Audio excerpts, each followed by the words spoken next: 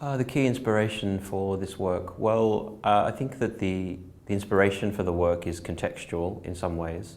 So it's drawing on a series of past works that I've produced over the last 2 to 3 years, and it's an extension of those works, which have all been works where I've treated the gallery windows in particular, or the gallery signage, rather than treating the gallery itself. So I haven't exhibited objects in the gallery space, but have instead painted signage on the windows and then shut the gallery and kept it closed.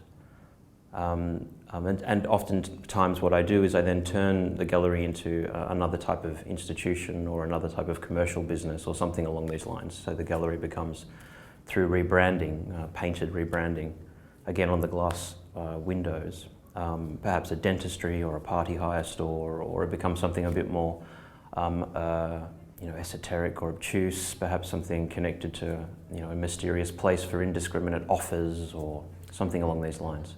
So the work was drawing on that process and looking to extend it further.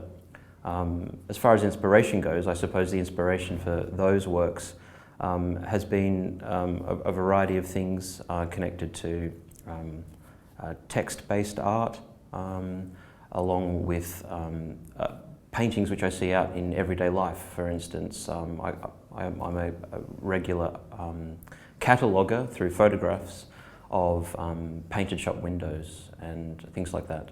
So painted shop windows have also been an inspiration, and that's interesting for me for a variety of reasons. The way that shop window painting has been a sort of dying art, and it in itself is a type of painting.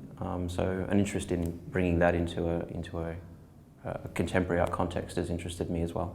What concept I'm trying to communicate through my artwork?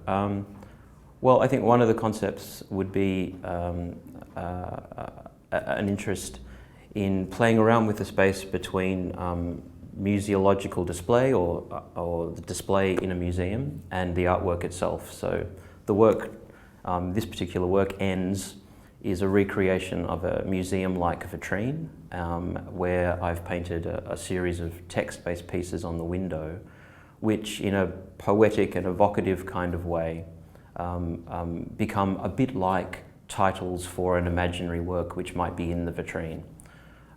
So it plays around with the notion of the artwork and the artwork as a mode of display, and how the artwork, the mode of display, the vitrine, might become the artwork itself. It plays around also with how the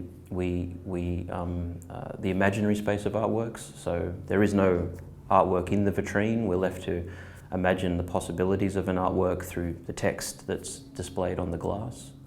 I think also the text itself, speaking of how the sort of concepts that it's dealing with, the text itself has a kind of Armageddon-like quality. So the text evokes things like post-boom doom and flood, famine, pestilence, telephones. There's a kind of a playful and somewhat intentionally comic, in a dark kind of way, play on the notion of ends. And so the work is titled Ends. And in that way the work is exploring, I suppose, a lot of the anxieties that we have around collapse in our contemporary culture, which manifests in all kinds of different ways. It manifests in economic ways, it manifests in environmental ways. And a lot of the times we read about this in our media, these sort of sense of impending doom or ends.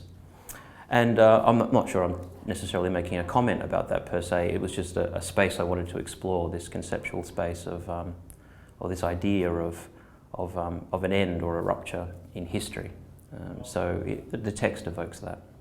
The innovative techniques that I used, I suppose, I'm not sure how innovative they are, because I'm appropriating an old type of technique, which is sign writing and the painting of signs on glass, which is an old technique. But I suppose perhaps, and I'm incorporating that into the construction of a vitrine, which is a form of museum display, which is itself very old. So in a way, I'm talking to almost outmoded or old types of objects and techniques and technologies. I suppose what's maybe innovative about it, although I'm not sure it is innovative, is that I tended to design the work, whether it's the vitrine or the signs that go onto the vitrine. I tend to design them using methods specific to contemporary design, actually, InDesign and Photoshop and things like this, which I then send to manufacturers and specialists who produce it under my instruction. So I suppose from the point of view of innovative techniques, maybe it talks to ideas in contemporary art where the artist is not so much a studio producer, but someone who manages. So you have a concept, you conceive of an idea, you design the idea, then you oversee other people as they produce the work. So you sort of manage the event of its production. Again, I'm not sure if that's an innovative technique, but it's certainly something that's common in contemporary art.